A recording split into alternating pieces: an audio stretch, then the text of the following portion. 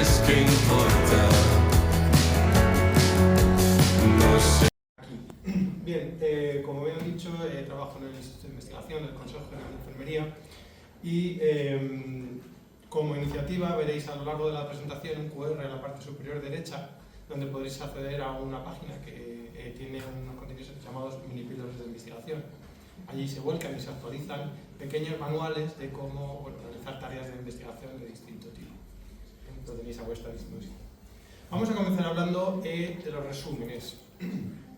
Bien, en primer lugar, vamos a ver la presentación de resúmenes a congresos como si fuera un concurso de tortillas. Bien, por tanto, no podemos presentar nuestra tortilla entera, tenemos que presentar la mejor parte que refleje lo mejor de la tortilla, ¿verdad? Sería algo como esto. Tiene la misma textura, representa el mismo color, esperamos que el mismo sabor. Sin embargo, podemos encontrarnos que el trozo de tortilla que hemos presentado tenga más sal que el resto, porque no hemos distribuido uniformemente la sal. Por tanto, puede ser un pedazo representativo o un pedazo que nos puede hacer quedar mal. Bien, pero por supuesto, lo que no va a dar muchos datos de cómo hemos hecho la tortilla es que hagamos una tortilla deconstruida, una tortilla del siglo XXI. Por tanto, no pueden saber qué textura tiene y cómo se han hecho algunos de los componentes, porque resulta difícil, de nuestra obra. Por tanto, a lo que aspiramos con el resumen es con la parte de arriba, que pueda dar estructura, pueda dar sabor o pueda dar una idea principal de lo que se ha hecho. Por tanto, tenemos que saber por qué nos piden un resumen, para saber qué partes de nuestro trabajo tenemos que aportar. En primer lugar, se solicita en cualquier reunión científica y tenemos que aportar la parte más importante de nuestro trabajo, porque esto va a dar señas o nos va a dar el pase o no pase a nuestro trabajo en el Congreso. Podemos ser aceptados o rechazados solo con el resumen. Por tanto, tenemos que prestar especial atención a esta parte.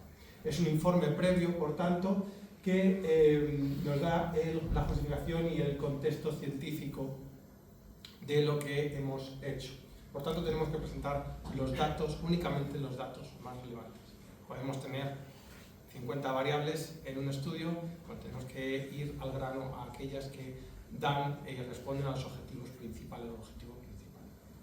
Bien, en este sentido, antes de elaborar el resumen, tenemos que tener en cuenta una serie de factores. Primero, las instrucciones y los plazos, para saber si estamos en plazo y si tenemos que hacer alguna modificación, si tenemos tiempo.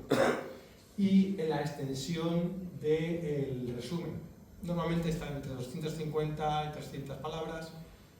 Resúmenes menores a 200 palabras, pues ¿cuántas palabras tenían los resúmenes de estas jornadas? 500. 500, bien, generoso. Podemos dar un buen pedazo de tortilla. Bien, hay congresos que, bueno, por debajo de 200 se considera un poco, si me permitís, un poco miserable presentar un resumen por debajo de 200 o de 150 palabras, porque está poniendo en riesgo la presentación de ese estudio. Pero también existen y también se llevan a cabo. Y luego tenemos en cuenta la estructura, que es de lo que vamos a hablar aquí brevemente, y la información, el estilo de redacción, el estilo de presentación de ese texto. Bien, en cuanto a estructura, vamos a clasificarlo en las partes de un proyecto de investigación, empezando por la introducción. Vemos, por ejemplo, este ejemplo de estudio que en su resumen afirma, tiene una fase introductoria, una fase general, dando un poco, abriendo el panorama o abriendo un poco el contexto investigador. Después acompaña de una clase sobre el tema en concreto o sobre la pregunta de investigación y termina haciendo una descripción breve de los objetivos del estudio. Esto puede ser variable, puede ser que en el resumen nos pregunten por el objetivo directamente. Bien, podemos poner las dos últimas, frases sobre el tema de descripción y objetivo. Y obviamos la primera parte. Depende un poco del formato que nos presenten, pero se clasifica esto. Podemos elegir dos o los tres de las secciones. En la siguiente parte, métodos, tenemos que hacer una descripción breve del diseño, el ámbito donde se ha llevado a cabo el estudio Inclusión, exclusión, cuántos participantes se han excluido, no los criterios en sí, sino cuántos se han incluido. Una intervención, la intervención o la observación que se ha realizado para llegar a los objetivos, incluyendo las herramientas que hemos utilizado si vemos que la herramienta es una parte fundamental de nuestro estudio. Si es la primera vez que utilizamos una herramienta o, en el caso de artículos de utilización de herramientas, bueno, pues es la parte principal, hay que mencionar la herramienta. Y la parte de análisis estadístico. Bueno, el análisis estadístico puede resumirse u omitirse. ¿Por qué? Porque en ocasiones el límite de palabras hace que no podamos explicarlo.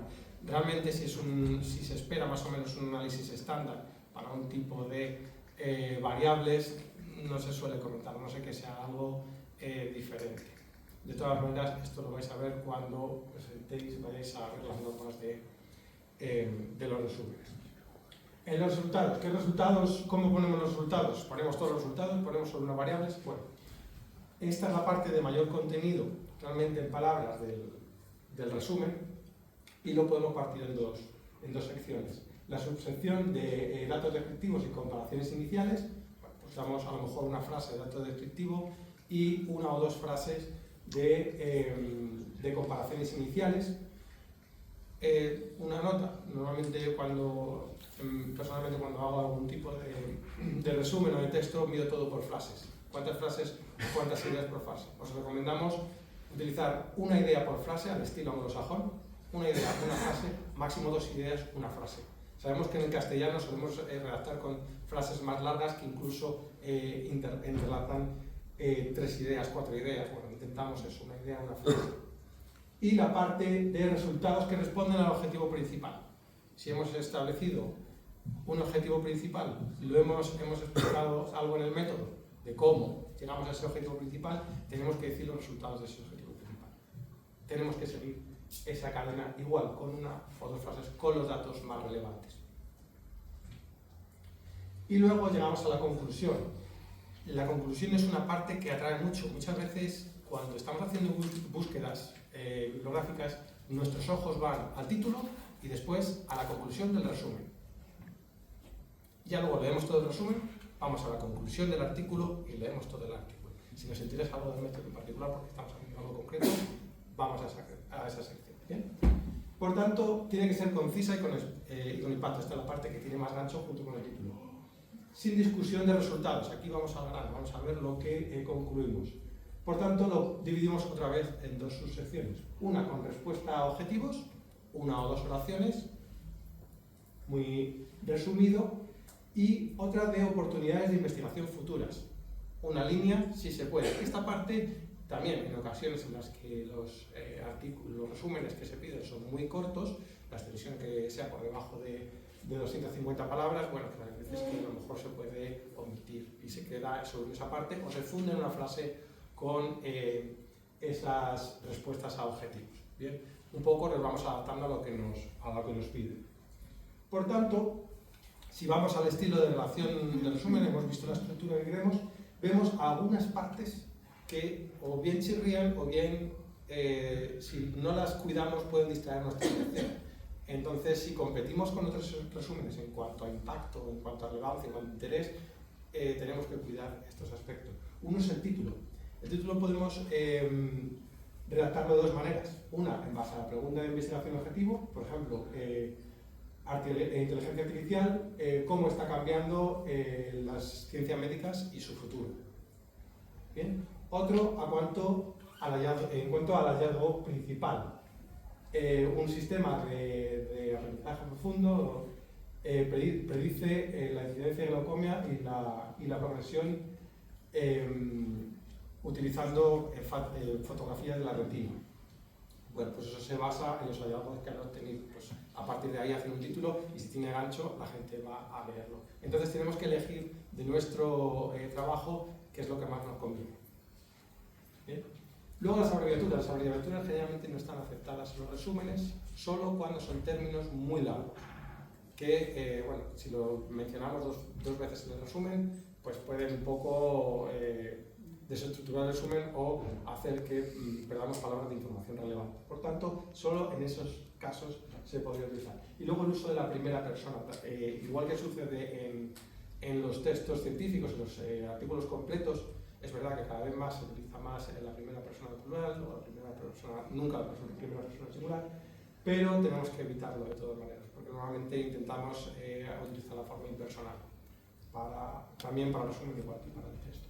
Un poco son los estilos de redacción. Entonces, como consideraciones finales para nuestro trabajo, tenemos que hacerlo atractivo mediante el seguimiento de las normas de autoría principal, la utilización de palabras de descriptores, de mesh o de text, que reflejen bien el trabajo que estamos haciendo, la ortografía, por supuesto, porque si no esto hace perder el interés desde el principio, del minuto cero en el resumen, y las frases activas. Tenemos que evitar, en la mayor medida posible, la utilización de frases pasivas.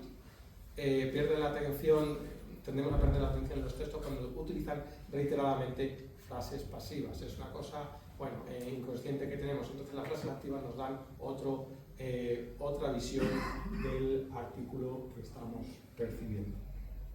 Por tanto, vamos a terminar un poco con esta frase de Jonathan Swift, el autor de Los viajes de Gulliver, que dice que los resúmenes, compendios, etcétera, tienen la misma utilidad que una lente Eustoria, la lente que se utilizaba para quemar barcos en el pasado, que puede compararse con el efecto lupa. Por tanto, recogen los destellos de ingenio y aprendizaje de los autores y los concentran con calor y rapidez sobre la imaginación del lector. Eso es lo que tenemos que conseguir con nuestro resumen. Por tanto, muchas gracias y estamos a disposición en el sitio de investigación para la presentación.